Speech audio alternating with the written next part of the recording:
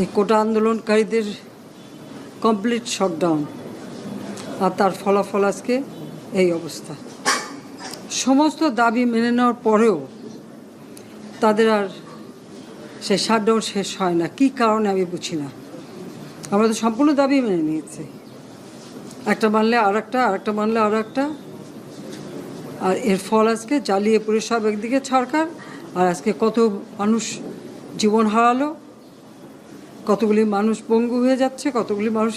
এবং ঠিক এই 2001 সালে এরকম তাণ্ডব বিএনপি জামাত জোট চালিয়েছিল।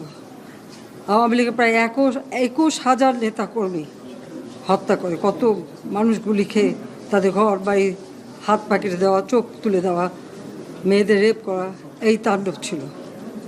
আবার 2013 সালে অগ্নিসন্ত্রাস, 13, 14, 15 আগুন জ্বালানো, সব যে গাড়ির ভিতরে, বাসের ভিতরে মানুষ, সেখানেও আগুন জ্বালানো। 23 সালে সেখানেও সেই তাণ্ডব, আর প্রতিবারই পুলিশের উপরে আঘাত, পুলিশের হত্যা, মানুষ মেরে ঝুলিয়ে রাখা, পুলিশ মেরে ঝুলিয়ে রাখা, গাজীপুরে আমাদের কর্মী মেরে ঝুলিয়ে রাখা। এটা কি ধরনের রাজনীতিতে আমরা জানি না। যেখানে দাবি করেছে প্রত্যেক দাবি আমরা মেনে নিয়েছি, আর মামলা তো তাদের না, আমার করা প্রজ্ঞাপন হাইকোর্ট বাতিল করে দেয়। সরকারের পক্ষ থেকেই তো আমরা আপিল করি, এবং ওই হাইকোর্টের সে রায় সেটা স্থগিত করে দেওয়া হয়। তাহলে তো আবার কোটা থেকে যায়। তাহলে আন্দোলনটা কিসের জন্য ছিল?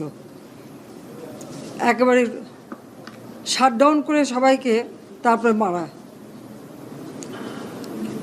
যে সমস্ত ঘটনা ঘটেছে আর যেভাবে মানুষগুলি ক্ষতিগ্রস্ত হয়েছে, আর যারা মারা গেছে আমি তাদের আত্মার মাগফিরাত কামনা করি। আর যারা এখন আহত তাদের সকলের চিকিৎসা সুষ্ঠুভাবে হচ্ছে। আমি আমাদের ডাক্তার, নার্স বা কর্মচারী সকলকে আমি আন্তরিক ধন্যবাদ জানাচ্ছি যে তারা দিন রাত অক্লান্ত পরিশ্রম করেছেন, এবং আমাদের স্বাস্থ্য মন্ত্রণালয় থেকে মন্ত্রী, প্রতিমন্ত্রী সহ আমাদের সকলে বারবার এদের দেখে গেছে এবং যা যা লাগে করে দিচ্ছে। আজকে চিকিৎসার জন্য যা যা লাগবে আমরা করে দিচ্ছি। আর যারা পা হারিয়েছে বা হাত হারিয়েছে, আমরা কৃত্রিম পায়ের ব্যবস্থা করে দেব, যাতে তারা আবার সুস্থ মানুষের মতো চলতে পারে, নিজের কাজ করতে পারে। এবং এর মধ্যে একজন আবার প্রতিবন্ধীও, কাজে তার মা যাতে ভালোভাবে চলতে পারে। প্রতিবন্ধী অবশ্য আমরা ভাতাও দিচ্ছি, কিন্তু তাকে আরও ব্যবস্থা করে দেব, আমাদের যতটুকু সাধ্য করে দেব। কিন্তু আমার দেশবাসীর কাছে আমি বিচার চাই, কি অপরাধটা কি করেছি যে এইভাবে, যেখানে আমি মানুষের ভাগ্য পরিবর্তনের কাজ করে যাচ্ছি, মানুষের জীবন মান উন্নয়ন করেছি। আজকে বাংলাদেশ সেই 2008-এর বাংলাদেশ আর 2024-এর বাংলাদেশ তো এক না। বাংলাদেশের মানুষের জীবন মান তো উন্নত হয়েছে।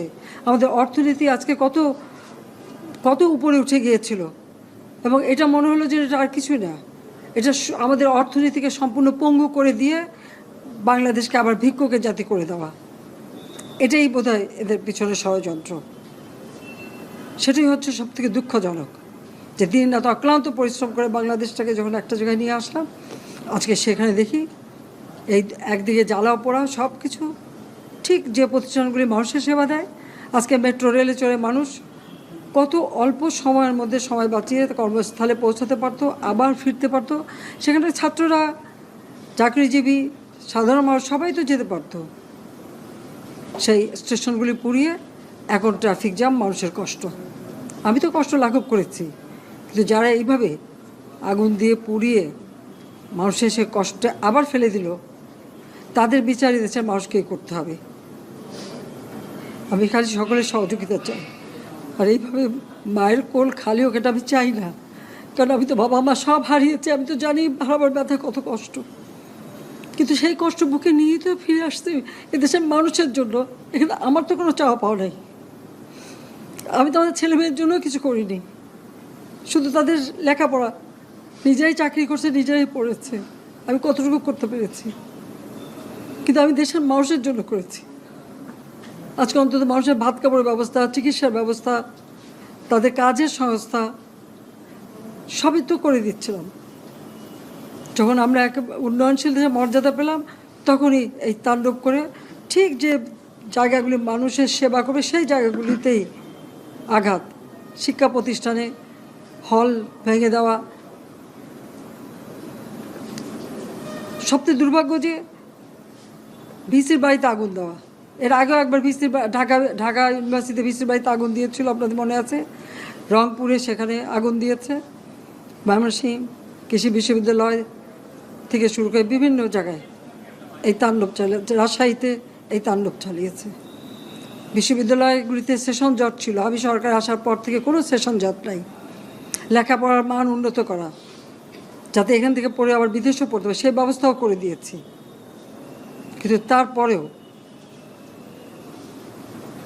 কোটা সংস্কার আন্দোলন, কোটা তো আমি বাতিলই করে দিয়েছি।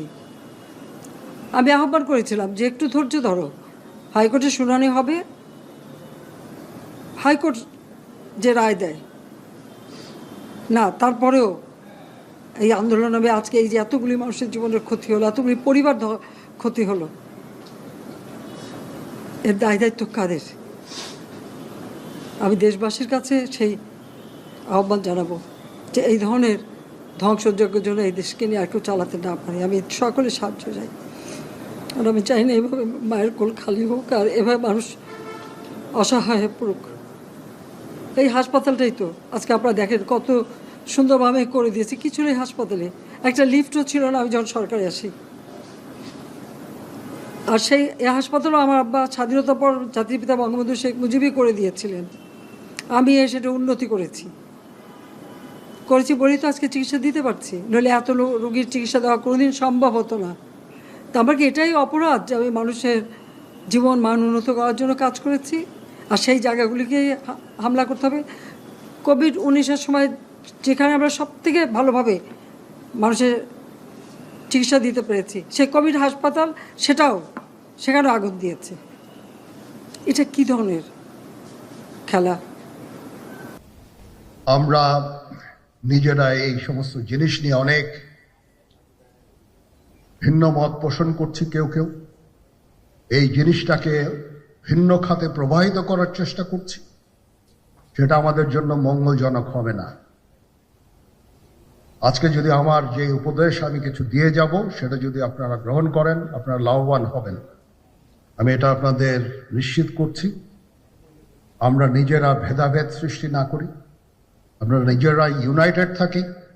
আমাদের মধ্যে যদি কোনো সমস্যা থেকে থাকে, কোনো ব্যত্যয় থেকে থাকে,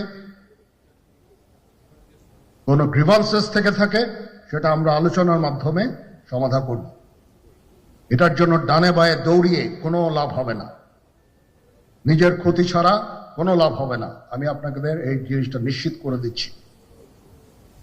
কিছু কিছু সদস্যদের দাবি যে তারা 2009 সাল থেকে আজ পর্যন্ত বিভিন্ন শাস্তি পেয়েছেন। কেউ কেউ দায়ী করছেন যে তারা অযাচিতভাবে শাস্তি পেয়েছেন। এটার জন্য আমি একটা বোর্ড করে দিয়েছি, একজন লেফটেন্যান্ট জেনারেল সেই বোর্ডের সদস্য। প্রথম ফেজে 51 জন সদস্যর ব্যাপারে আমার কাছে রিকমেন্ডেশন নিয়ে এসেছে। তার রিকমেন্ডেশনের অধিকাংশই আমি গ্রহণ করেছি এবং আরো বেশি আমি দিয়েছি। নেভি এয়ারফোর্সও তাদের এই কার্যক্রম চালিয়ে যাচ্ছে। আমার স্ট্যান্ড পয়েন্ট হচ্ছে, যদি কেউ অপরাধ করে থাকে সেটার জন্য কোনো ছাড় হবে না, বিন্দু মাত্র ছাড় নাই। আমি আপনাদের পরিষ্কার করে দিচ্ছি, it is a discipline force. Discipline ফোর্সকে ডিসিপ্লিন থাকতে দেন। আজকে এই যে দেশের ক্রান্তি লগ্নে সমস্ত বাহিনী, সমস্ত অর্গানাইজেশন বিপর্যস্ত হয়ে পড়েছে। খালি সেনাবাহিনী টিকে আছে, বিমান বাহিনী টিকে আছে, নৌবাহিনী টিকে আছে। কেন? Because of discipline.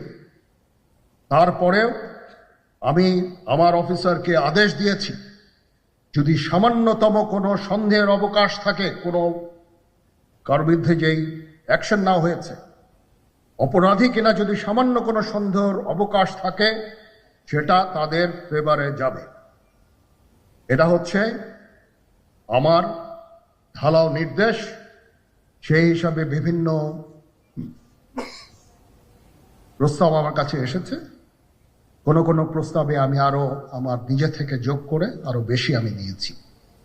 এভাবে পর্যায়ক্রমে অফিসাররা অ্যাপিয়ার করবে, আসবে, এবং তাদের এই জিনিসগুলো আমরা দেখব। দেখে যদি মনে হয় যে তাদেরকে করার অবকাশ আছে কিছু, অবশ্যই আমরা করব। এটা ন্যায় নীতিতে আমরা প্রতিষ্ঠিত থাকব। আপনারা কিছু মনে করবেন না, আজকে আমি একটু পরিষ্কার করে আমি কথা বলতে চাই। আপনাদের সবার হয়তো ভালো নাও লাগতে পারে, কিন্তু বিশ্বাস করেন, আমার এটা যদি আপনারা গ্রহণ করেন, আপনারা লাভবান হবেন, কোনো ক্ষতি হবে না দেশের। আমার অন্য কোনো আকাঙ্ক্ষা নাই।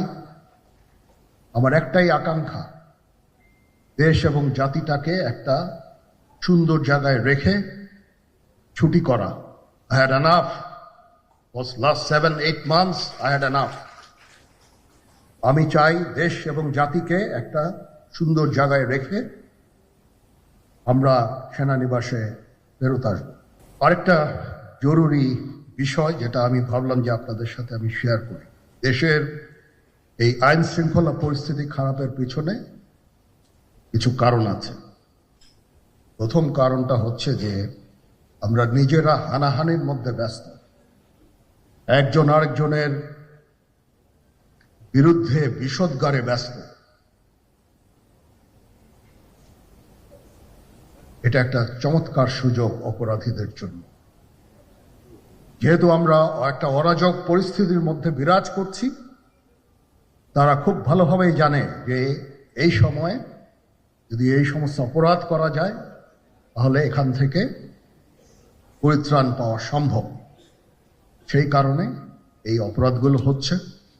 আমরা যদি সংগঠিত থাকি, একত্রিত থাকি, তাহলে অবশ্যই এটা সম্মিলিতভাবে মোকাবেলা করা সম্ভব হবে।